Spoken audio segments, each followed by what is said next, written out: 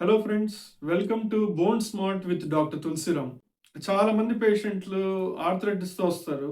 యూజువల్గా మనకి astro arthritis కానీ లేకపోతే రిమటైడ్ ఆర్థరైటిస్ అంటాం. కానీ చాలా మంది తెలియకుండా యంగ్స్టర్స్ ఎస్పెషల్లీ ఎక్కువ నాన్ వెజిటేరియన్ తినేవాళ్ళు, ఎక్కువ ఆయిలీ ఫుడ్స్ తినేవాళ్ళు వచ్చే ఒక రకమైన ఆర్థరైటిస్ ఏంటంటే గౌటీ ఆర్థరైటిస్. అంటే యూరిక్ యాసిడ్ మన బాడీలో అది కిడ్నీస్ ద్వారా ఎక్స్క్రీట్ అవ్వకుండా నిలవండిపోతుంది మన రక్తంలో. అది చిన్నగా మన కీళ్లలో పేరుకుపోయి అక్కడ కీళ్ల వాతపు లక్షణాలని తయారు చేస్తుంది. దానివల్ల మనకి కీళ్ల నొప్పులు వస్తాయి. సో ఇవాళ మనం ఏ ఆహారం తీసుకుంటే మన శరీరంలో ఈ యూరిక్ యాసిడ్ అనేది తగ్గుతుంది. మనకి తెలియకుండా ఏవేవో తింటుంటాము, వాటి వల్ల మనకి తెలియకుండా యూరిక్ యాసిడ్ పెరుగుతుంది. మనం అందరం చెక్ చేసుకోం బ్లడ్ టెస్ట్. ఎప్పుడో మనకి ఇట్లా కీళ్ల వాతం వచ్చినప్పుడు మనకి ఎందుకు నొప్పులు పుడుతున్నాయని మనం బ్లడ్ టెస్ట్ చేసుకుంటే మనకి ఇది ఆస్ట్రో ఆర్థరైటిస్ కాదు, రుమటైడ్ ఆర్థరైటిస్ కాదు, మీకు ఆర్ఏ ఫ్యాక్టర్ ఎక్కువ లేదు, కానీ యూరిక్ యాసిడ్ ఎక్కువ ఉందని ఆర్థోపెడిషన్, జనరల్ ఫిజిషియన్ వాళ్ళు చెప్తారు. సో మనం తెలియకుండా తింటుంటాము ఏ నాన్ వెజిటేరియన్, వీటి వల్ల పెరుగుతుంది. కానీ మనం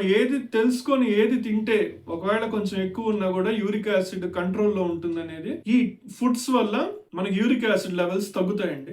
మోస్ట్లీ ఇవన్నీ కూడా ఫ్రూట్స్. ఎస్పెషల్లీ మనం వెజిటబుల్స్ లో మనం క్యాబేజీ, కాలీఫ్లవర్ ఇవి తినకూడదు. టొమాటోస్ తిన్నా కూడా యూరిక్ యాసిడ్ పెరుగుతుంది, అవి తినకూడదు. కానీ ఈ ఫ్రూట్స్ తింటే యూరిక్ యాసిడ్ లెవెల్స్ తగ్గుతాయి. అందులో ముఖ్యంగా ఏంటంటే బెర్రీస్. Number 1 berries. బెర్రీస్ అంటే మనకి స్ట్రాబెర్రీ గానీ, బ్లూ బెర్రీస్ గానీ మనకి ఇప్పుడు అన్ని మార్కెట్ లో ఇవి కూడా దొరుకుతున్నాయి. ఒకప్పుడు మనకి స్ట్రాబెర్రీస్ అంటే ఎక్కడో ఒక చోట దొరికి. ఈ స్ట్రాబెర్రీస్ లో ఏంటంటే పాలిఫినాల్స్ అనే ఒక కాంపౌండ్ ఉంటుందండి, కెమికల్. ఈ పాలిఫినాల్స్ ఎక్కువ ఉండడం వల్ల వీటిలో యాంటీ ఇన్ఫ్లమేటరీ లక్షణం ఉంటుంది. ఈ పాలిఫినాల్స్, ఈ బెర్రీస్ ఈ పాలిఫినాల్స్ ని కలిగి ఉండడం వల్ల, ఈ యాంటీ ఇన్ఫ్లమేటరీ ఎఫెక్ట్ వల్ల ఈ యూరిక్ యాసిడ్ ఒకటి తగ్గిస్తుంది. రెండోది ఇది మనకి వాతం రాకుండా కీళ్ల నుంచి కాపాడుతుంది. కీళ్లని వాతం రాకుండా కాపాడుతుంది. దీని ఉపయోగం ఒకటి. రెండోది ఏంటంటే దీంట్లో నీటి తత్వం ఎక్కువ ఉండడం వల్ల మన రక్తంలో యూరిక్ యాసిడ్ అంతా కూడా కిడ్నీస్ ద్వారా ఎక్స్క్రీట్ చేసేటట్టు ఉపయోగపడుతుంది. మూడోది వీళ్ళు అమెరికాలో రీసెర్చ్ చేసి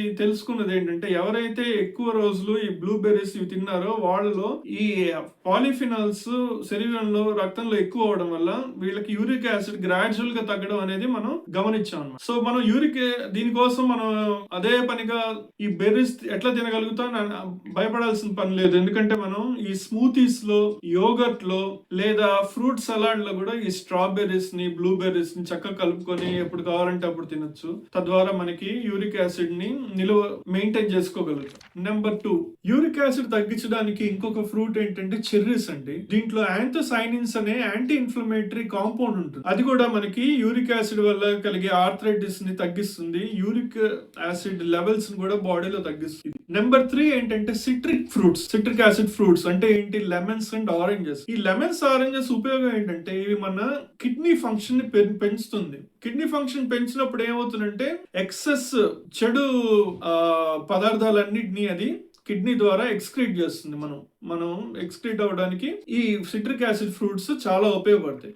రెండోది ఆరెంజెస్ లో ఏంటంటే ఆల్కలైన్ నేచర్ ని పెంచడం వల్ల ఏంటంటే బాడీలో ఆల్కలైనిటీ పెరిగి ఎసిడిక్ నేచర్ తగ్గుతుంది. ఎప్పుడైతే ఎసిడిక్ నేచర్ తగ్గుతుందో మనకి యూరిక్ యాసిడ్ ఒక లక్షణం, ఆర్థరైటిస్ లక్షణాన్ని తగ్గించేసి యూరిక్ యాసిడ్ కూడా ఎక్స్క్రీట్ అయ్యేటట్టు ఉపయోగపడుతుంది. ఇది మనం రోజు పొద్దున్నే లేచి నిమ్మకాయ రసము పొద్దున్నే పరగడుపును తాగినా లేదా అన్నం మధ్యలో time to time every 2-3 hours ఒకసారి చిన్న glass orange juice, citric lemon juice తాగినా కూడా ఇది మనకి చాలా ఉపయోగపడుతుంది. నెంబర్ 4 బనానాస్ అండి. మనకి అరటిపండ్లు ఎప్పుడైతే వాటిలో పొటాషియం నిల్వ చాలా ఉంటుంది అరటిపండ్లు, అది మనకి కిడ్నీస్ మీద చాలా అద్భుతంగా పనిచేసి యూరిక్ యాసిడ్ ని ఎక్స్క్రీట్ చేయడానికి చాలా తోడ్పడుతుంది. వాటిలో ప్యూరిన్ కాంపౌండ్ అనేది ఉంటుంది. యూజువల్ గా మనకి యూరిక్ యాసిడ్ మన శరీరంలో ఎప్పుడు ఎక్కువ అవుతుందంటే ఈ ప్యూరిన్ అనేది సరిగ్గా డైజెస్ట్ అవ్వకపోవడం వలన, సరిగ్గా దాన్ని మారకపోవడం వల్ల ఈ ప్యూరిన్ అనే కాంపౌండ్ చిన్నగా యూరిక్ యాసిడ్ లాగా మారి నిలవ ఉండి మనకి ఆర్థరైటిస్ వస్తుంది. కానీ బనానాలో అసలు ప్యూరిన్ కంటెంట్ తక్కువ ఉండడం వల్ల అది అసలు యూరిక్ యాసిడ్ ప్రొడక్షన్ ని అది స్వతహాగా పెంచదు. దానితోడు ఈ పొటాషియం వీటి వల్ల ఏంటంటే గౌటీ ఆర్థరైటిస్ పేషెంట్స్ లో యూరిక్ యాసిడ్ లెవెల్ ని తగ్గిస్తుంది. సో 5వ ఫ్రూట్ ఏంటంటే పైనాపిల్. ఈ పైనాపిల్లో బ్రోమెలిన్ అనే ఒక యాంటీ ఇన్ఫ్లమేటరీ కాంపౌండ్ ఉంటుంది. అది కూడా మనకి యూరిక్ యాసిడ్ ని తగ్గిస్తుంది.